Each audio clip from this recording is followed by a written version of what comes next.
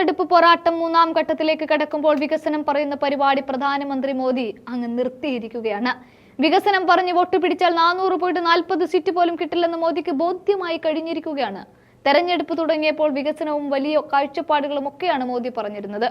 എന്നാൽ ഇങ്ങനെ പോയാൽ ഭൂരിപക്ഷത്തിന്റെ അടുത്തുപോലും എത്തില്ലെന്ന് ബോധ്യമായ മോദി പെട്ടെന്ന് തന്നെ ട്രാക്ക് ഒന്ന് മാറ്റി. മുസ്ലിം വിരുദ്ധതയും കോൺഗ്രസ് വിദ്വേഷവും ആക്ഷേപവുമെല്ലാമായി മൂഷിക സ്ത്രീ പിന്നെയും മൂഷിക സ്ത്രീയായി എന്ന് പറയുന്നത് പോലെ മോദി ആ പഴയ ഗുജറാത്ത് മുഖ്യമന്ത്രിയായിരിക്കുകയാണ്.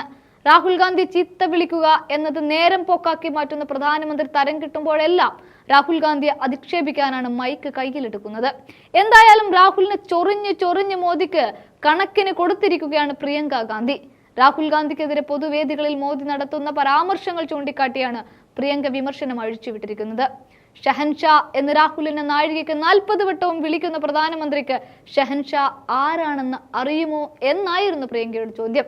ഗുജറാത്തിലെ ബനസ്കന്തയിലെ ന്യായ് സങ്കൽപ് സഭയെ അഭിസംബോധന ഗുജറാത്തിലെ ബനസ്കന്തയിലെ ന്യായ് സങ്കൽപ് സഭയെ അഭിസംബോധന ചെയ്ത് സംസാരിക്കുകയായിരുന്നു പ്രിയങ്ക. പ്രിയങ്കയുടെ വാക്കുകൾ ഇങ്ങനെയായിരുന്നു: മോദി എന്റെ സഹോദരന ചക്രവർത്തി എന്നർത്ഥം വരുന്ന ഷഹസാദ എന്ന് വിളിക്കുന്നത്. എന്നാൽ ഈ ഷഹസാദ എന്ന രാഹുൽ 4000 കിലോമീറ്റർ ദൂരം താണ്ടിയ കഥയാണ് മോദിയോട് പറയാനുള്ളത്.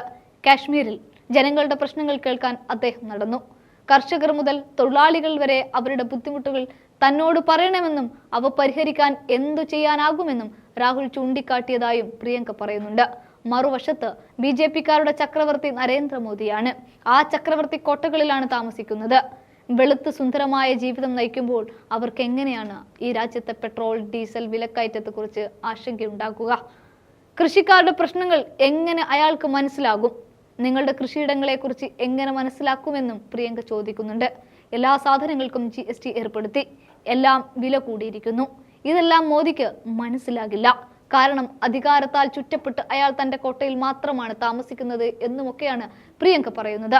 ജാർഖണ്ഡിലെ പാലാമുവിൽ നടന്ന തെരഞ്ഞെടുപ്പ് റാലിയിലാണ് രാഹുൽ ഗാന്ധിക്കെതിരെ പ്രധാനമന്ത്രി പരിഹാസ ശരങ്ങൾ അയച്ചതും. ഇതിന് പിന്നാലെ മണിക്കൂറുകൾക്കുള്ളിൽ മോദിയുടെ തട്ടകത്തിൽ നേരിട്ടെത്തിയാണ് പ്രിയങ്ക സഹോദരനെ പരിഹസിച്ചതിന് കണക്കിന് മറുപടി പറഞ്ഞത്.